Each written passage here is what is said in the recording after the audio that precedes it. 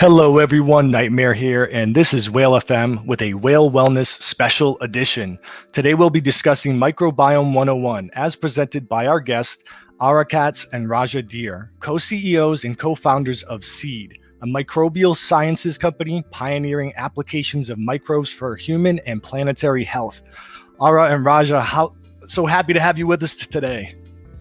Thank you. Good to be here. Great to be here. Really excited to have you on. As you know, through our various discussions, our previous AMA that we had, where we had Dr. Mazmanian as a participant, generated a lot of interest within the whale community with regards to, probiotics, microbiome, and things of that nature. And it was really cool to see that junction of art and science happen in real time. And we're very excited that you've agreed to come and follow up with us with some stuff for the community they can learn and glean from, and just sharing more about what you guys do with Seed.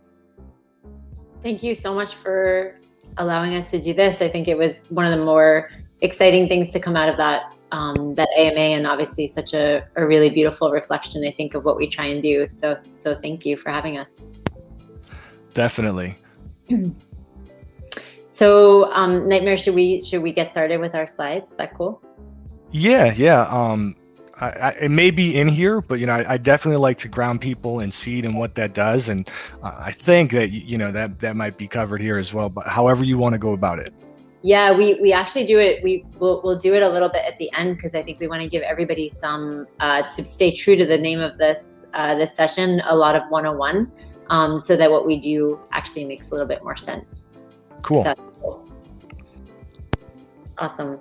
Well, the way that we usually start is whenever we do a lot of our internal meetings, we always start with this tradition of what we call one word, which is just to drop in one word about what you're feeling right now and how you're feeling about being here. And we'll read them out loud, and then we'll get started. Or rather, Nytmare, you'll read them out loud because we can't see them. Yes. Eyes on the community. So everybody in the chat, drop in one word and how you're feeling right now, and we will relay and read some of them.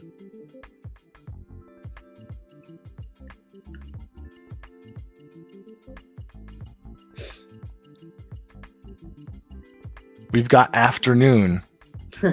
Manna. That's an interesting one.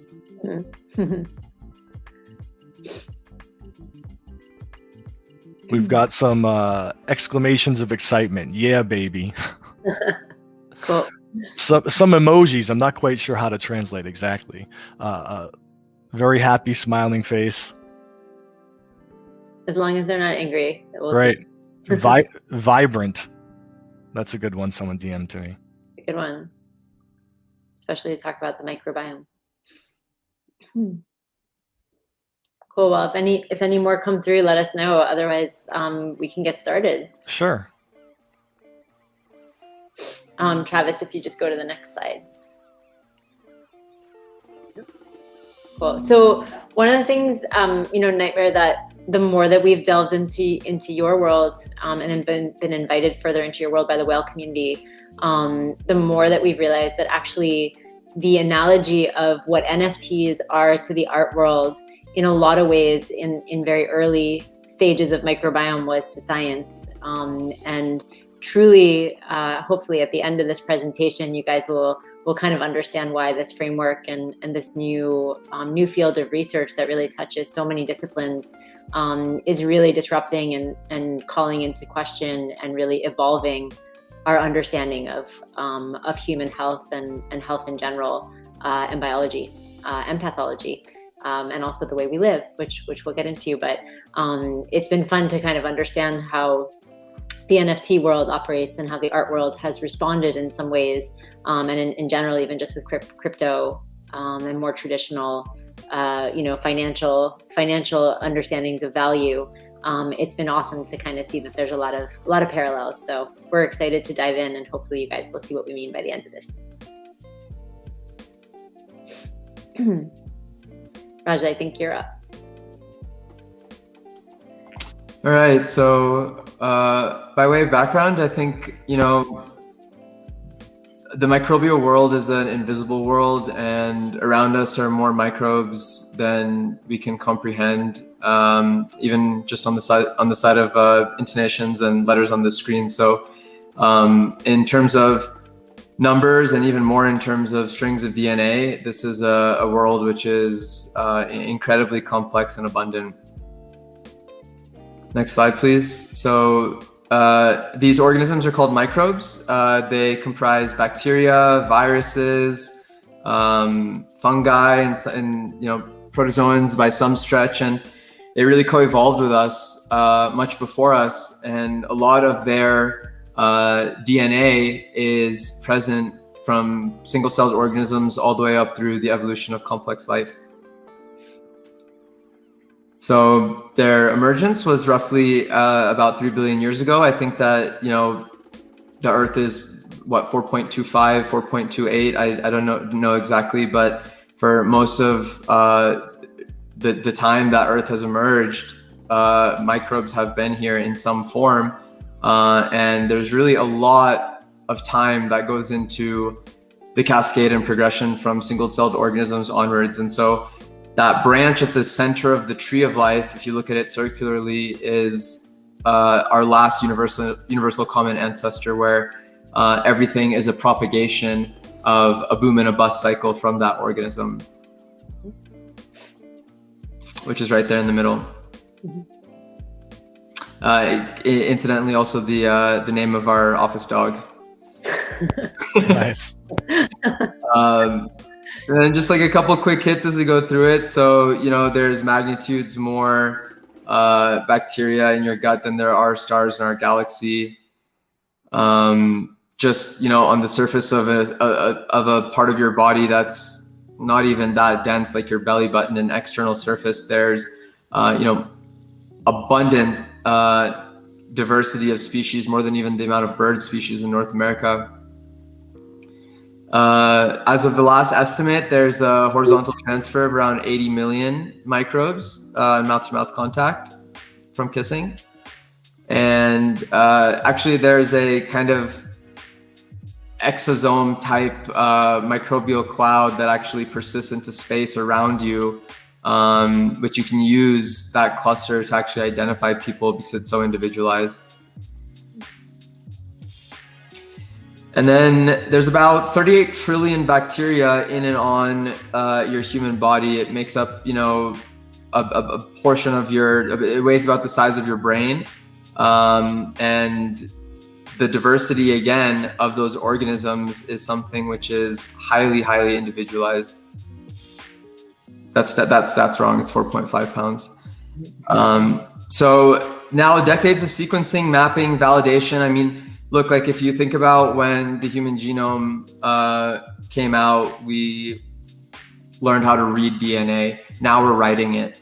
So with microbes, we're getting to the stage where we've read enough to know which microbes are involved in critical biological functions, both in the human body and for diverse ecosystems, from soil to complex mammalian life to the ocean, to rain formation and clouds. I mean, we're finding critical roles of these microbes, some of them original and some of them synthetic, that we can actually design to perform functions. In many ways, this kind of ability to make biology based on the learnings of the past decade or so are some of the most exciting areas of research in all of biological sciences right now. And I think, one of the and watching all the questions come in, it's one of the most important things to understand is that it hasn't just been about the care. So where this started was characterizing like what the microbes are that live in and within us. And we're going to go into more of those ecosystems of the body. But looking at a lot of the questions that are coming in, one of the most important things is really understanding now how we're going to use microbes to also apply them to transform, medicine, nutrition, hygiene, and all the choices that we make every day for our health. And this right side of the screen is literally just a snapshot of some of the areas where microbes, whether as probiotics, as therapeutics, and even just as kind of understanding the microbiome and as far as how we make even decisions about what we eat, and other things that we do throughout our day can really be impacted. And now that I'm seeing kind of a lot of the questions that are coming in, we'll really try and move through some of the rest of this foundational stuff, so we can get into some of these great questions, which are more, I think, applicable about things you could kind of do today. The next area that we'll talk about too, which is really a big area for us as a life science company, but as one that also innovates in the field of probiotics, which are, obviously a category that has so much misinformation and kind of confusion, and obviously that has to do with a lot of marketing and regulatory. But we really treat probiotics as a science, and probiotics are very simply the application of a live microorganism that, when it is administered in a very specific amount that's been studied in human clinical research, can confer a benefit to the host. And that's an area that we spend a lot of our time in, not just for the gut, but beyond that, which I know a bunch of the community was interested in last Friday. So we'll get into more of that. And then Raja, I think this is you too. Thanks for Yep. So let's start with some definitions. The microbiome is essentially the community of organisms that live on the body. It includes their genetics, the genetic material, the things that they make. Basically, the entire cluster is called interchangeably your microbiota or your microbiome. And in short, that means that you are a superorganism. I think in the next slide, we define what a superorganism is, which is really this, or an alternate term for it is a holobiont, which just means that it's two species that have an obligatory relationship in the fact that one benefits from the other. So the way that the humans serve as a host for microorganisms is what makes our relationship with them obligatory, and what defines that whole ecosystem together, us and our microbes as a superorganism. And so where this really begins is at birth. There's been a lot of debate in the science about whether microbes actually migrate to an infant prior to birth. Currently, we don't think that that's true, but at birth, that process is called seeding. It's where an exposure through the birth canal or through C-section, if you're born through a C-section, skin-to-skin contact with your mom, early exposure of that first kind of window of development is that process, and it persists. Most of that crosstalk actually between your microbes and your immune system happened during that first period within that window of time. I think that we underappreciate the role that there's not objectively, I think, one good set of microbes or bad microbes, but the relationship that you have to your microbes when your immune system is developing, we believe to be one of the biggest frontiers in science. And of course, there's all these different areas of the body are diverse, and your skin is completely different from your mouth, is completely different from your gut. So the oral microbiome, as an example, is one of the areas that has the most interface with the external world. It's actually a pretty violent and aggressive ecosystem. There's enzymes that are being produced, there's acid, there's saliva, there's exposure to foods, there's mastication. I mean, people don't appreciate how aggressive of a process chewing actually is. And there's many organisms that survive there and have to develop a very interesting set of skills to be able to survive there. So the skin microbiome is also actually very, we think of skin as something which is quite fragile and gentle, but it's not really true. It has exposure to UV, which bacteria hate. The nutrient profile in your skin is mostly lipids. It's mostly fat, and bacteria mostly like carbohydrates and simple sugars. And so a very different group of organisms have grown to evolve and colonize there. And also we put a lot of shit on our skin all the time. And so there has to be a lot of resistance, colonization resistance to other organisms because of sheer exposure. The vaginal microbiome is a very, very interesting ecosystem. It's actually, humans are the only species on Earth that have a vaginal microbiome that's dominated by a genus of bacteria called lactobacilli. These are organisms that are acid producers, and they're involved in regulating the pH very tightly of the vaginal ecosystem. So before, you would think that this might play a role in virus resistance, as an example. Now we know that. You might think that this plays a role in recovery of the vaginal ecosystem after disruptions like menstruation or after sex. Now we know that. We even think that it plays a big role in determining whether a baby's born full term or preterm, which currently is the biggest cost to the healthcare system globally. A preterm baby, it's $28 billion in the United States alone or something each year. I think it's 27.5. So a lot of ranging from issues and infection from women's health all the way to how a child is born. This ecosystem is a critical frontline defense. And everywhere else in your body, for the most part, that's an external surface, and even more. I mean, now we know that there's certain organ systems. Your lungs have bacteria in them. There's people investigating whether bacteria migrate through actually migrate into milk itself instead of on the surface of breasts. And so I think we're getting deeper and deeper in our understanding of where microbes are and what role that they play. It's good and it's bad. Many of these microbes are protective, but also microbes in the wrong place can be very, very destructive. Actually, even microbial DNA in the wrong place can be really destructive. It's one of the driving hypotheses now, emerging hypotheses on how neurodegeneration happens and how amyloid plaques form in the brains based on a response to microbial and viral DNA. So with that wind up, the gut microbiome is really the most complex of them all. Specifically, the end of your small intestines, your colon, trillions of bacteria alone contribute genes more than our human genome. One statistic that I continue to be blown away by is the number of metabolites in your blood, right, which are responsible from bacteria in your gut, outnumbers the number of metabolites that your own body makes. So much so that if you take a metabolite sample of your blood after you've taken a course of antibiotics, you can't match that to your own self until your body recovers for months, if not years afterwards. I mean, it's incredible to think how important, metabolites basically are signaling molecules that are bathe our body, and they're transporters directly move through our blood and our brain. And so, we don't know what all of this means yet, but the gut microbiome contributes dramatically to a lot of areas that we're going to talk about in a little bit. Some of these things they engage your immune system. They regulate your risk of a cardiovascular event. They bidirectionally talk to your skin, to your liver, to your urinary tract. And all of these different relationships or these bidirectional communications are called different axes, where your gut is involved in signaling to effects that happen outside of your gut to in very diverse parts of the body.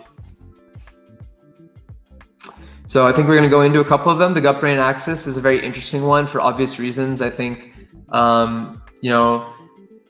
people first hear about this when they think about food as medicine, or how dietary changes and dietary and lifestyle changes can dramatically affect successful outcome in psychiatric and non-clinical psychological disorders. And we now know this, right? We know that there's the gut speaks to the brain, and the brain speaks back to the gut directly through the vagus nerve and indirectly through these metabolites. A lot of the signaling molecules, I'll use serotonin as an example, are produced by bacteria in your gut. And they don't just play a role in regulating your mood, but they play a role in entire signaling cascades that begin with your gut, but that affect a lot of different organs. The gut's very long. If you unwrapped it all, it'd be the size of a football field or multiple tennis courts. It's a very big external surface. And so it's intended to give cues to your brain. And some of the most exciting areas that we're exploring are things like depression, Parkinson's, Alzheimer's, appetite. Here we show mechanisms by which it works on your ability to learn and have memory formation.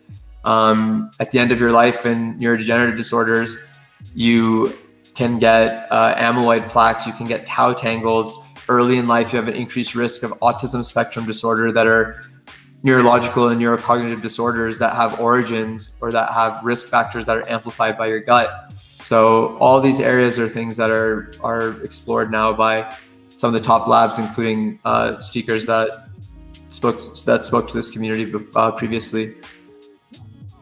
And so I think Nytmare, to your earlier question, we'll just kind of tell you where now we as Seed Health fit into this. What we look at is we work with some of the biggest scientists in the field across many of the biomes that Raja just spoke about. And what we do is that our platform allows us to kind of advance these big discoveries that are coming out of academia across consumer health, mostly in innovations in probiotics, but not just for the gut, but in areas like the oral microbiome. So thinking about like oral probiotics, new forms of toothpaste, for example, in skin, the application of microbes to the skin to regulate and that ecosystem. And then also for vaginal microbiome, we're working on therapeutics for UTI, bacterial vaginosis, and preterm birth. And for gut brain, one of the reasons that we're doing this NFT drop now and why Sarkis Mazmanian spoke to the community previously is because gut brain is one of our next areas that we're going to be announcing in the next month with a really interesting Nature paper around gut brain axis and neuronal activity and its impact and the discovery of the specific neuronal pathways that are signaled with microbes for the controlling of various social behaviors and response to stress. And so we work on everything from consumer health, therapeutics, and then also on the environmental side, which we're really exciting to share with you because we know that the whale community also has done a lot of work with a number of ocean activist organizations, and so we'll get a little bit into some of those too. And we'll just go through this quickly and then we'll get to some of your awesome questions. So our scientific advisory board is kind of like the whale community of microbiome research. Honestly, some of the most influential and impactful and also just humanistic scientists who are really trying to nudge the world forward in all of these extraordinary disciplines. And it is truly our privilege and honor to be able to work with people like this. And obviously, Dr. Mazmanian is on our board and who you heard from last Friday. And then I think we can kind of go through, we went through these already, but on the consumer health side, we work across gut, skin, oral, vaginal microbiome. We're working on new sugars that are prebiotic, so new ingredients. Some of the questions came in around diet. So looking at how we could replace and create new ingredients that are not harmful to the microbiome, but are actually also beneficial to the microbiome. So think about like a sugar that's good for you as an example. Of course, new nutritional approaches through the lens of microbiome science, and then also some digital health initiatives. And then for therapeutics, I think I kind of took you through some of the women's health work and the gut brain work, which is probably most relevant for today. And then I think lastly, one of the things we were really excited to share with you are the first two projects out of Seed Labs, which is our environmental work. Our first project was a probiotic for honeybees, which increases their immune resistance to neonicotinoid pesticides. So honeybees have a gut microbiome themselves. And the second one, which is probably more applicable for this community, I'm going to let Raja speak about, but it is development of probiotics for coral reefs. Yeah, I mean, obviously, corals make up a really big part of the marine ecosystem, despite being a very small part of it in terms of weight or biomass. They play a very critical role. Part of anyone who's ever tried to grow coral, or anyone who's ever been to a reef that has a lot of people, human traffic, understands how fragile they are. They're an animal, and they're the original superorganisms or holobionts. So they're actually, the ability for them to extract nutrients is dependent on conversion of microorganisms and photosynthetic conversion that directly feeds into the tissue of the animal. The problem is that these organisms, they get skittish very easily. If there's changes in the environment, they'll eject or expel themselves. And so when you hear about coral reef bleaching, the white skeletons and shells that are left behind are just the actual organism. That's the coral, the animal. But the soft tissue is now eroded because the organisms have ejected themselves. And so our work is really looking at what organisms, it emerged from a discovery that there's a group of coral in Hawaii that in response to rapid changes of ocean temperature and pH, they maintained their structure, and their microorganisms were more tolerant to heat changes. And so our collaborators they said, hey, what if we put these organisms and see if they'll colonize some very vulnerable coral from the Red Sea? So completely different ecosystem, different part of the world, different coral genetics, everything is completely different. And they found that they could increase the tolerance to heat by several degrees just by making that small alteration. So we have a lot of different experiments going on right now to actually test how far we can push this idea. We're looking at how transcriptionally things change in the coral, the animal, other things that work on kind of a version of their quote immune system. And we're pretty far along. I think that we have a paper coming out that publishes this in the next month or two, and 2 more very large international studies. So if this NFT drop goes well, I think there's definitely an opportunity to do something cool with bringing the entire marine conservation into this platform based off of coral biology, or finding interesting ways to turn that into digital art. Thank you, Raja. I think before we go on with what we had planned, I think there's so many awesome questions that have come in, and I've just started kind of trying to group them a little bit. So yeah. I think Nytmare, is it cool if we kind of group some of the dietary ones together to start, and then we can go into kind of the other questions, if that's cool with you? Yeah, definitely. I was just going to comment before we transition and make sure we cover these. The community is super engaged, and you can really tell that you guys are touching something that's touching the lives of many people, and is not often talked about. I think we mentioned that we don't often see this level of questions come in for a lot of our traditional artists. So it's great to see that there's this interest in the sciences, and specifically what you guys are doing. I'm just taken aback by the breadth of what this science touches, right? Obviously the first thing that comes to mind is the gut biome and things of that nature, oral ingestion and whatnot. And now we're talking about externally, leveraging this for the ecosystem. I see something here about space. So it's really opening my perspective as to what the possibilities are with what you guys are doing. So amazing stuff. Yeah, and look, I mean, just to speak about possibilities before we go to the questions, and of course we'll get into this when we wrap it up because of the drop coming, but look, the possibilities, the reason I started with that idea of the NFT over the art world kind of fraction or ratio is that, one of the other possibilities is that these things can be greater accelerated when you have more public interest and you have more ways of funding and moving them forward. And moving them forward can sometimes be money and funding and grants and accelerating the research, but sometimes moving them forward can also be greater awareness and really being able to cultivate and use art and opportunities like this to actually catalyze really important dialogue and awareness. And so I think that's one of the reasons we were so excited about what came out of last Friday, because I actually hope that we really break open this opportunity to, I think one of the problems of the past year with the way the scientific community are such terrible communicators, right? They really don't have the way to get people excited and involved and interested, and a way to really speak their language and in ways that resonate. And so obviously art has historically, obviously we're not the first people to put art and science together, but I think that the NFT world and communities like Whale actually have the opportunity to actually say, we could actually change the way that really artificial divide exists in the real world, and really start to break down those barriers and think about how this could become something greater. So I think that was really exciting for us. Yeah, exciting for us as well. So would you like me to read through and highlight some of the digestive relative ones? Absolutely. I saw a few that all had to do with food and diet, and maybe we could group those and then we can go into maybe some of the more specific ones. Cool. Sure. But before we do that, I actually had one myself. Why is it that the gut microbiome exerts that much influence? You talked about the size of what the gut actually is relative to a football field. Is that the reason why it has such a domineering effect?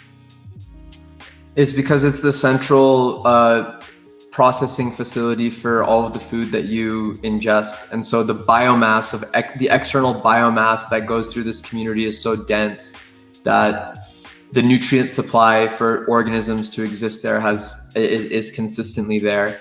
It'd be very challenging in any other system for there to be enough supply to support as diverse and as dense and as highly abundant of a community as the colon can support. Interesting. Yeah, and now to some of our community questions. The first one is about the one-size-fits-all approach sometimes given to people from medical professionals. Given that everyone's biome is different, how can medical professionals consistently recommend diets that are one-size-fit-all approaches? Yeah, I mean, look, there's a couple points here. So yes, everybody's gut microbiome is different, but that doesn't mean that one is necessarily better than the other, because despite the difference, the functions remain more or less what's called biologically conserved. So I could have roseburia in my gut and you could have clostridiales, but they're both converting complex carbohydrates into short chain fatty acids, right? Or we could have different organisms, but they're both signaling to your immune system to say, hey, this is let's pump out T regulatory cells. Or, you know, it's not, we need to decouple. What happened early on was people said, hey, everyone's bacteria is unique, and so we're all special snowflakes. Yes, that's partially true, but humans have also persisted on many different diets across many different time periods, across many different environmental conditions, and survived just fine. So there's a reason that the blue zones, people that live to 100 that are happy, healthy, have low risk of chronic disease, are scattered all over the world, because there isn't one magic formula, there isn't one optimization. In fact, that singular focus of saying, this is your microbiome, so this is what you need, is flipping the box inside out. It's people saying, we know what your microbiome is, so then let's try to work backwards and try to predict what you need. But that's really not how it works at all. So what we do know is that there are nutritional inputs that for the most part are healthy across a population level. That's called a heterogeneous dietary input. There are personalizations when it comes to sensitivities. So you don't want to say, I mean, you know, some people will handle or process, like lactose intolerance is a great one. Humans aren't intended to have lactase production past a certain age. And so some people have a genetic mutation that allows them to produce lactase and be big babies well into adulthood. And then other people have bacteria that actually produce lactase for them, so they're more tolerant of dairy and cheeses and, you know, other types of food than others. You know, but at the end of it, some people have bacteria that can process the isothiocyanates from cruciferous vegetables and turn them into secondary metabolites better than others. Some people, you know, so that it's optimization, but that doesn't mean that everyone needs their own special diet, because there's a whole ecosystem and community that works based off of the inputs that you give it. It might be helpful to just say maybe some of the common denominators that I think are fairly, with the exception of very specific pathologies, like fairly well accepted as being help from a plant perspective, fiber perspective. Yeah, I mean, polyphenols and cruciferous vegetables across the board, whether it's on the human host side or whether it's on the gut microbiome, are incredibly nutritionally dense, well tolerated by most people, and are converted into secondary metabolites by your gut microbiome. Cruciferous vegetable, you know, all these things also are a proxy for other things like high fiber intake or what's called non-digestible carbohydrates. I want to be careful with that, because if you have a dietary, that non-digestible carbohydrates do affect people that have compromised gut microbiota differently. So that's, I think, the origin of the idea that everybody needs a special diet. Because, for example, if you have what's called microbial translocation and you have bacteria living in your small intestines, you will not be able to process many foods well, because the bacteria in your small intestines that are not intended to be there will start metabolizing it and signaling to your immune system that there's something wrong. So that's where there is a lot of merit in looking at the individual and saying, what is the bacteria, but more importantly, where are they? What are they doing? Is there some underlying dysbiosis that needs to be addressed? What I'm referring to is in a very healthy host. On a podcast recently, I got in a big argument with a carnivore advocate saying, how do you explain the people that respond so well when they stop and eliminate eating plants? And the answer very simply is there's something wrong with them underlying in their small intestines, that starving everything out is better than feeding bugs in places that they shouldn't be. That's why they feel better. Right? So none of this is, I mean, of course, like all of this is still going back and forth in the scientific literature, but overwhelmingly, the evidence seems to suggest that whether it's IBS, whether it's IBD, there is a microbial, environmental, and genetic confluence in all of these different areas, but microbial influence is definitely something which plays a really big role. Interesting. There's a lot of people that make comment to the effect of frustration when they go to professionals to seek help when they're having, an issue, whether it's gastrointestinal or whatnot. And, the doctors seem unsympathetic to truly run testing and try to look into things that might be, the drivers of this. With such an influence exerted by the gut microbiome, what do you think people can do to try to get some relevant information? Is there a testing standard that people can ask for? Is there a particular professional they should seek out when it seems that their typical gastro isn't the answer? I mean, the commercialization is way ahead of the science right now. I think most of the information is still in scientific papers and still going through the reproducibility standard like it should. What I can tell you is that many of the for-profit tests that companies offer today give you very limited information. One of our collaborators, actually Chris, who spoke to this community recently, just published a paper on what gut microbiome testing can actually tell you. And we have a lot more thoughts on that and the limitations of where it stands today. So truthfully, the fact that this is, since it's kind of like when a gut microbiome is working, it's diverse, but when a gut microbiome is broken, everyone is dysbiotic in its own unique way. I think that really holds true. And so typically, like, what most practitioners will tell you is a series of different elimination diets, and they try to gauge feedback. It's not actually driven by microbial genomics or driven by anything else. Now, that's changing. It depends on the disorder. It depends on the condition. It depends on the information that you're trying to look for. The information is different if you have gut gastro disorders. If you have major depressive disorder, now we can predict with 96% accuracy based on looking at metabolites in your blood, urine, and your stool, blind, whether someone has major depressive disorder, right? Like, these are really big breakthroughs for the field. Wow. So it's starting to get there. We can tell now whether if you have cancer and if you're going to be a non-responder to cancer therapy, to checkpoint inhibitors, we know that just by looking at the composition of your gut microbiome. So there are some big areas where your gut microbiome is playing a really big role.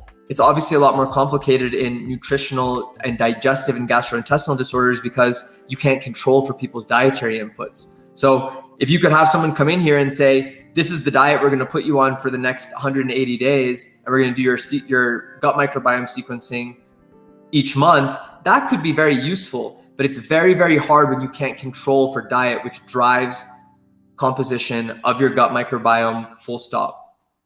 Nytmare, would it be okay to do a couple like really quick hits from the faster questions, and then we Sure. can do some of the Raja, really quick. We'll do these as like really fast ones.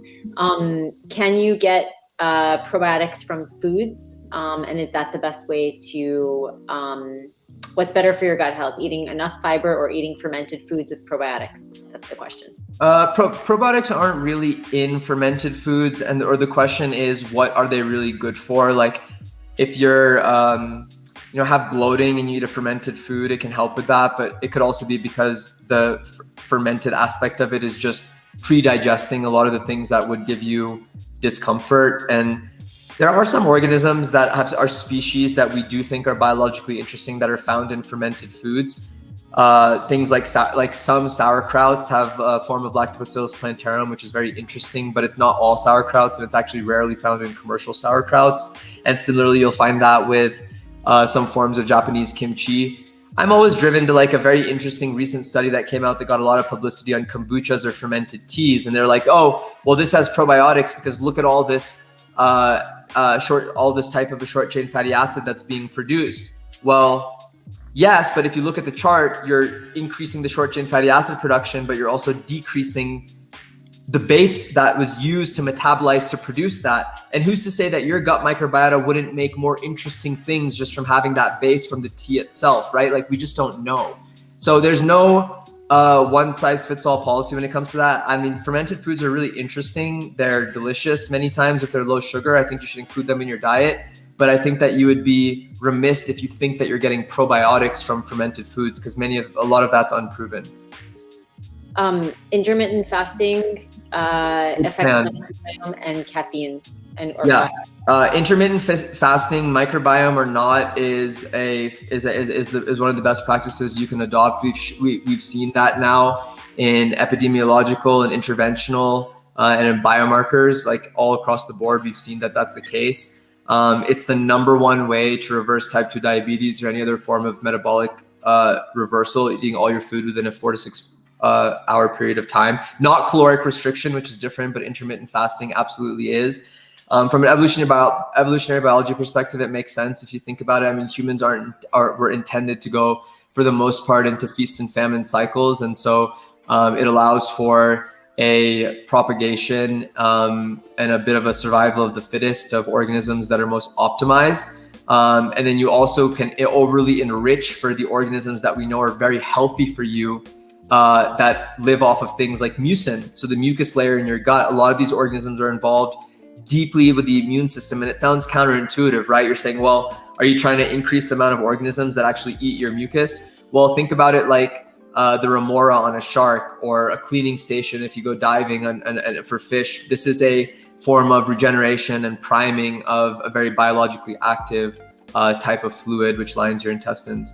Caffeine isn't necessarily good or bad. I think actually net positive caffeine is bad. Coffee is net positive, seems to be good. I always question these studies because there's a huge bias, because the people that do those studies like caffeine. So what they do is, or they love coffee. And so every time I see a study that says, oh, up to 8 glasses of coffee a day could be good for you, I look closer. And even if it's from a great institution, it's always epidemiological. What that means is they say people that drink 8 glasses of coffee don't die less than people that don't.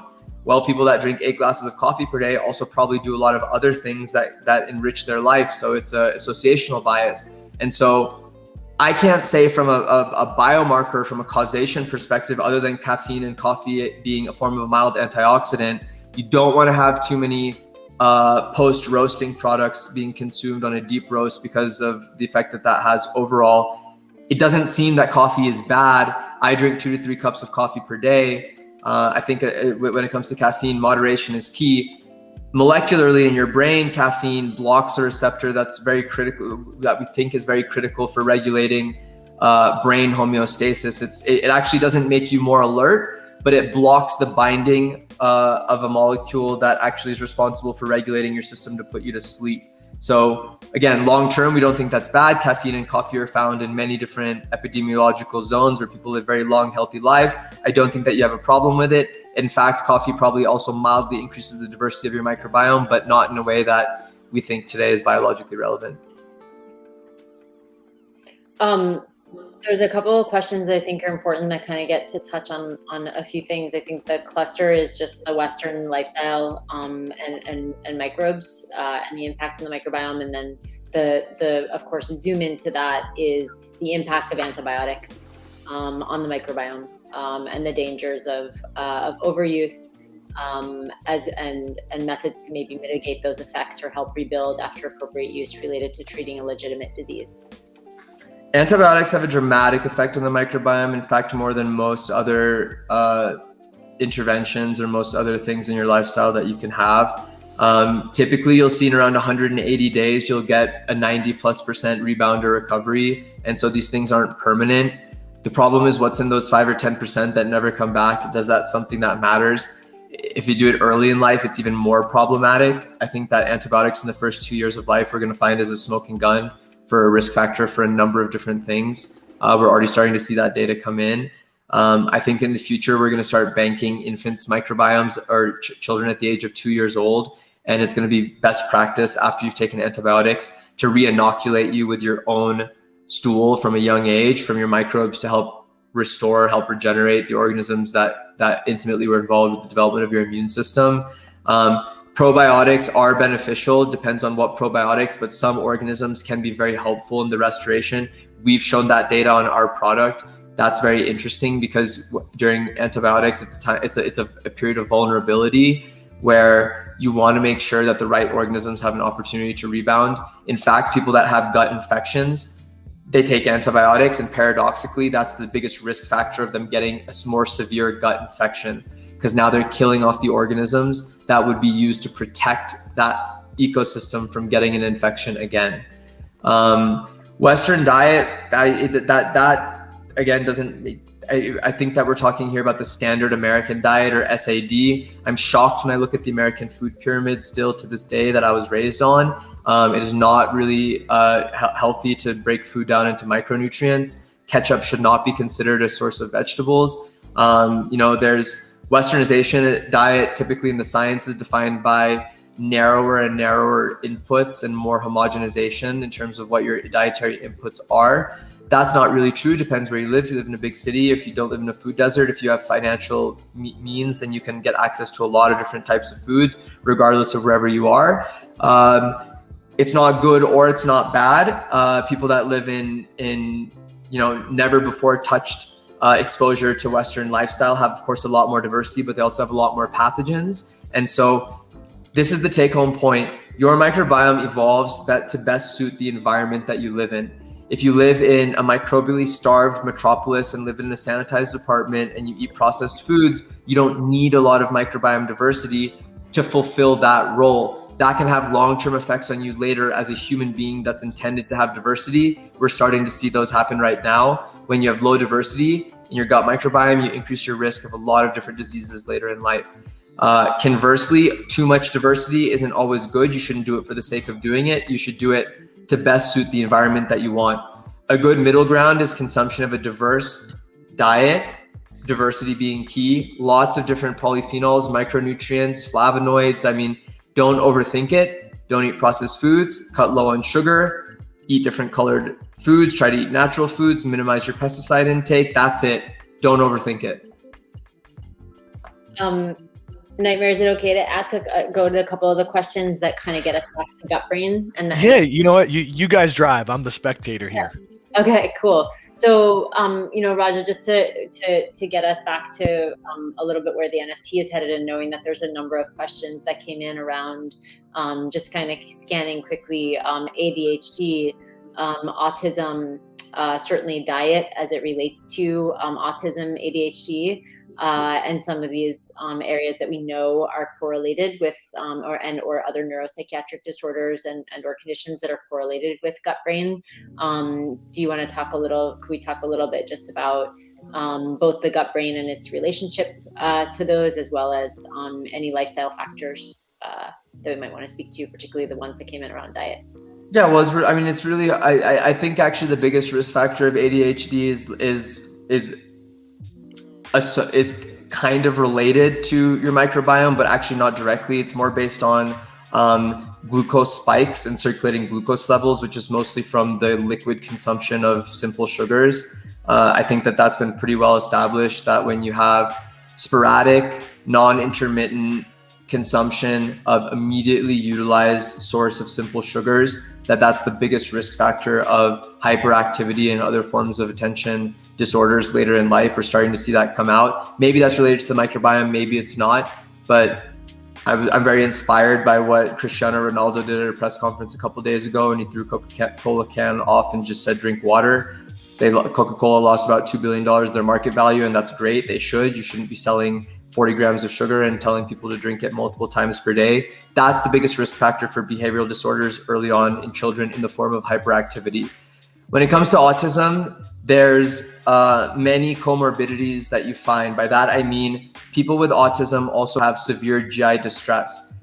If you solve the GI component of it, then you can remove a trigger for a lot of episodes associated with autism spectrum disorder. And so we don't know if it's the origination of autism itself, what role that plays. We think, obviously that's what the proceeds of our NFT sale are going towards. However, we know that you can predict now, based on early infant what their microbiome is, if they're in a higher risk factor group or not. Again, remember this point, it's not the bacteria, but what the bacteria produce signal to the immune system and signal to the development of the brain itself. Behavioral disorders like this are a result of that. Autism is marked by very hallmark features that involve with spatial relationship to people and the environment around them. This is driven both in mice and in humans by microbes that are present early in life. The last couple quick hits around, and there's Nytmare. There's so many questions, and my instinct is to want to answer all of them. But one of the things that we can do that we did from Friday is that any questions we don't get to today, we put together like a big document for the community, and we went deep into each question, and we can also, any ones that we missed today, we're also happy to do that if that's helpful. That would be great. Thank you guys so much. So Raja, a couple more, impact of alcohol on the microbiome, and also the emergence of food-related allergies, and ways of introducing earlier exposure as a mitigating method to mitigate allergy development. Alcohol is never good for the human body. It's just a question of sometimes it cannot be bad. Again, associational studies, consumption of things like red wine you might have heard about, typically sponsored by people that like to drink wine. Probably there's some sort of rationalization subconsciously going on in that science, do show that there's not an inverse or a bad effect on drinking one or two. This is probably even more ridiculous of an associational bias than coffee, because red wine is far more expensive and cost prohibitive than coffee. If you're drinking 2 glasses of red wine per day, then you're a lot richer than people that can't afford to drink 2 glasses of red wine per day, which means that you probably lead a lifestyle that makes you likely to live longer. So I don't know if it's the wine. We can't prove that it's the wine. Wine does have a lot of polyphenols that are found from the grape, but it's and a lot less sugar than drinking grape juice. So I think that as a proxy for polyphenol intake, wine can be beneficial. Drinking a glass or 2 of red wine per day is not bad. I would probably limit it to a bottle per week, and try not to have, it's something that has a lot of other contaminants or something else that's in there, at least in terms of wine consumption related to alcohol. Binge drinking, conversely, has been shown to have a dramatic effect on the gut microbiome. We've done that in our own research. We're publishing the results of that. It's under review right now at a paper in Nature. That has a blunting effect on the metabolic activity of your microbiome. For this experiment, we used vodka. We think that it's going to translate to any other type of alcohol past a certain point of threshold consumption. In general, alcohol beyond a certain amount is not very good. It puts stress on many different organ systems in your body, but you can recover for that with nutritional supplementation if you really do try. You can have a rescue effect after alcohol consumption with probiotics. We've shown that with our product. We have not shown that, has not been demonstrated by other microbial compositions that are on the marketplace today. Related to food allergies, this is a very interesting subject. We have seen research. Our former head of research and development led this research that early microbial exposure predicts whether you have tolerance or not. One really interesting way of thinking about the human body, which kind of changed my mind, the way I looked at human biology forever, was when I came to this, understanding that the human infant is born inflamed.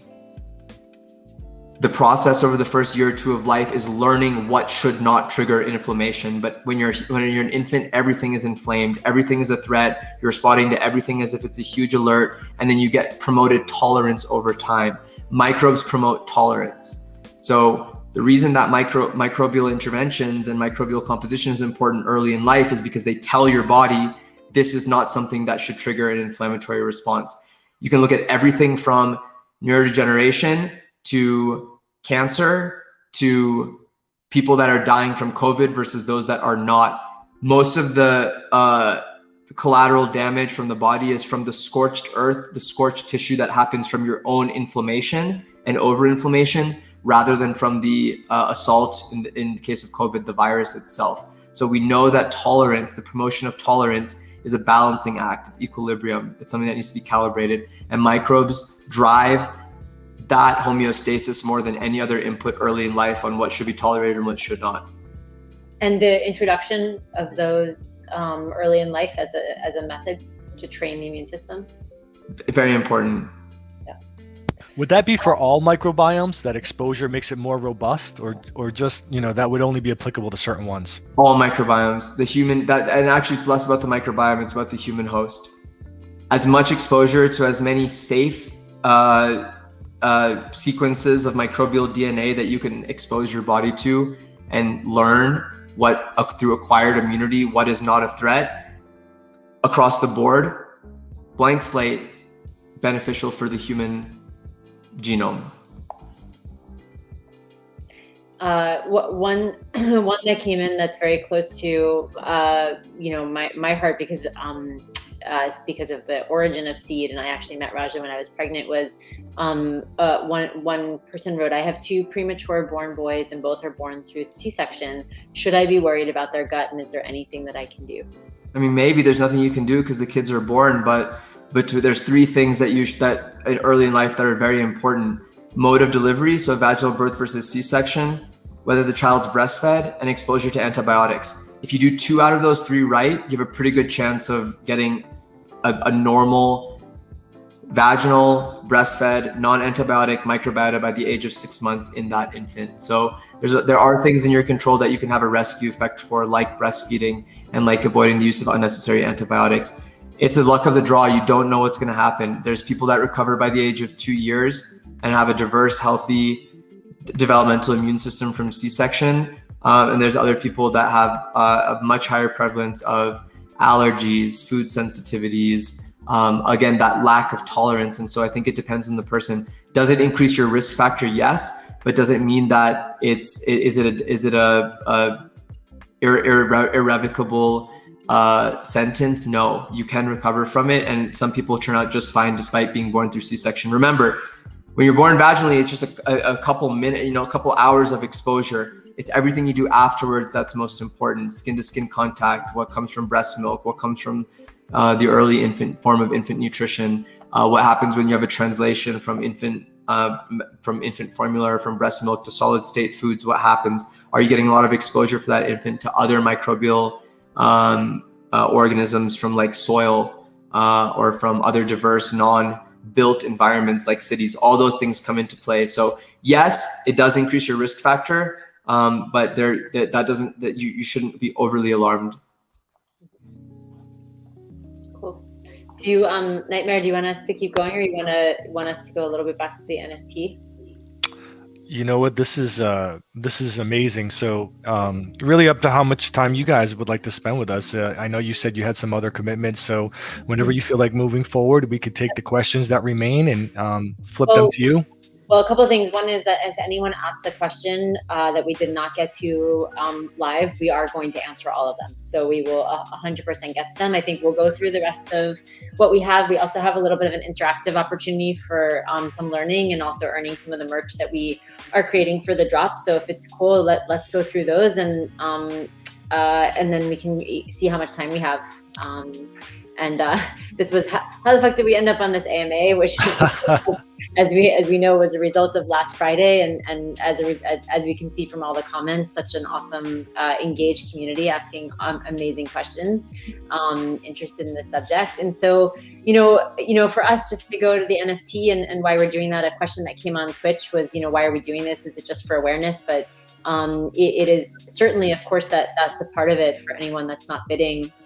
One of the reasons we do often work with artists is because of this quote that we love, which says that science is not always finished until it's communicated. And I think that art allows us to do that. And it's very similar to Marcel Duchamp's quote, which is a work of art is completed by the viewer.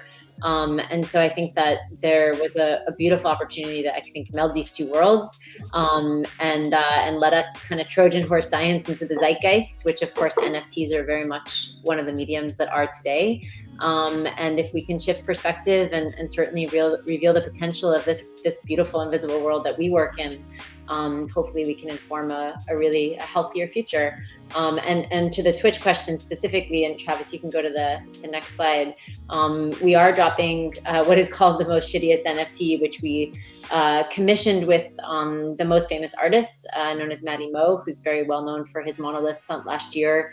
For doing a lot of bigger kind of headline spectacle. But the very specific answer to your question is that it will fund a research grant in gut-brain axis research for autism. And the grant will be curated by Seed Health with Dr. Sarkis Mazmanian from Caltech and Dr. Chris Mason from Cornell Weill School of Medicine. Two of the probably preeminent researchers in microbiome working today, both of which we work with, and Sarkis is on our board, and as I mentioned, will be our scientific collaborator for all of our gut-brain research as well. And now we're going to do one of our favorite things, which is we like to do something called Learn to Earn, kind of much like maybe the NFT or crypto world, which tries to, I think, change a little bit about where value is created. We love to make education our currency on Planet Seed. And instead of ever selling any of the stuff we make in any of our collaborations, with the exception of our NFT, we always make really interesting, and we drop cool kind of streetwear from time to time and do interesting collaborations. And so today we wanted to make some of these available to the whale community by running a quick quiz based on what we just learned. So we'll get started. Very cool. Travis, cool. So I think Nytmare, since we can't see everybody, I guess you guys let us know who gets it. We'll give a few seconds. We don't have a Jeopardy clock, but I'll read the question. The community can answer, and then you guys just let us know who is first, and then we can figure out how to collect all the information, and we'll send it to the lucky winner. Sure. All complex life we know today came from one single cell organism that emerged 3 billion years ago called. And I'll wait for, I guess, Jan, maybe just let us know when someone puts in the right answer and we can move on. We have a few answers. All right. What are they? Yes. we did have a D. So whoever got D was right. Ryan Myers, congratulations. Ryan Myers, congratulations. This is the closest I'll ever get to feeling like Oprah, by the way. We exchange how many microbes when we French kiss?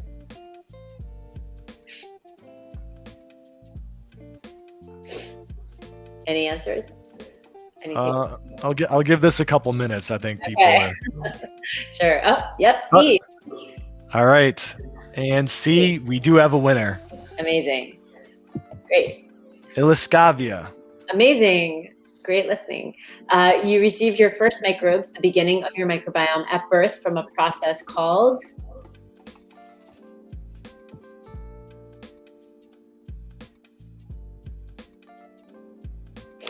Answers are in. B, seeding. Mongoose is the winner. Mongoose MR. Awesome. Cool. I think it's one of the last ones. There are an estimated how many trillion bacteria in your gut, which make up almost 95% of the bacteria in your body?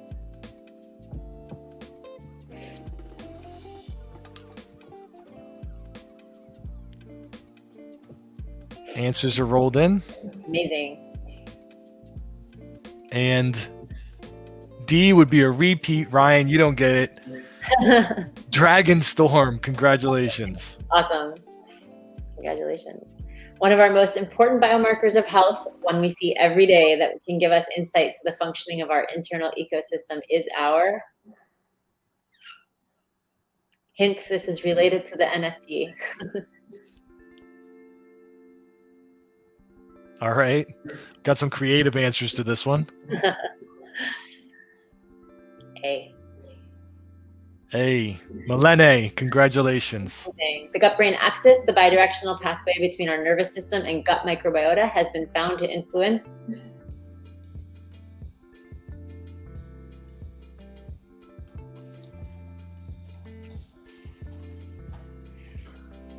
any takers? There are. I'll give this a couple moments. We got a lot of the usual suspects here. Oh, yeah. Someone put M. Nice one, Spider. There's no M. All right, I think we're ready. Cool. And D. Great. Did anyone get Goonie. it? Yes, Goonie. Congratulations. Awesome. Last couple. Our NFT has an FMT, which is a fecal microbiota transplant capsule, or crapsule, inside it. Which research has shown to be effective in treating?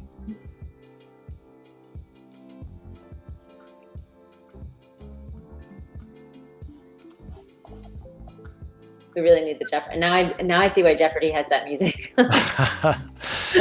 We'll give this, man, these guys don't care that they're not eligible. They just want to show off their knowledge base. We have some super fans here. I think we're ready.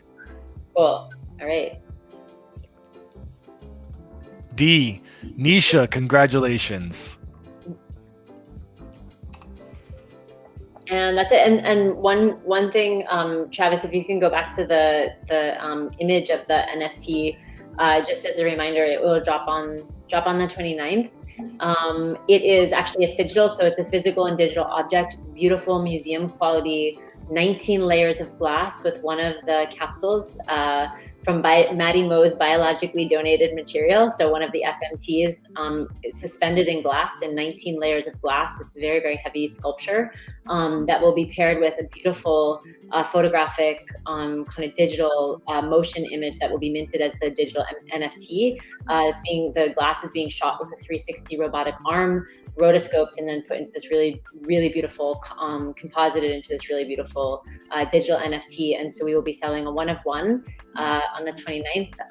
And of course, we hope that it ends up with the whale community, because you guys have been so amazing. Yeah, thank you so much for all the information you've shared with us today, as well as, having Dr. Sarkis Mazmanian and Maddie Moe come on and share with us as well. The community is excited about it, both what you're doing and what the prospects are with this research. As you can see, it's near and dear to a lot of people, and there's some robust discussion happening with regards to the NFT drop itself. And likewise, you guys have raised some awareness to what many people may not have been looking at as a scientific application of this. So thank you so much for joining us today. Thank you so much for having us. And we've captured all the questions, so we will send those through to you guys and make sure that the community gets them. Thanks so much. Again, we'll follow up. We'll likely put an article up addressing, a lot of the other questions that didn't get answered, and hopefully we'll revisit again to celebrate a successful and bountiful NFT drop. Yes, and to all of our quiz winners, of course, we'll make sure the merch gets out to you guys as soon as it's ready. Thanks so much, guys. Thank you. Thank you so much, Nytmare. Thanks, guys.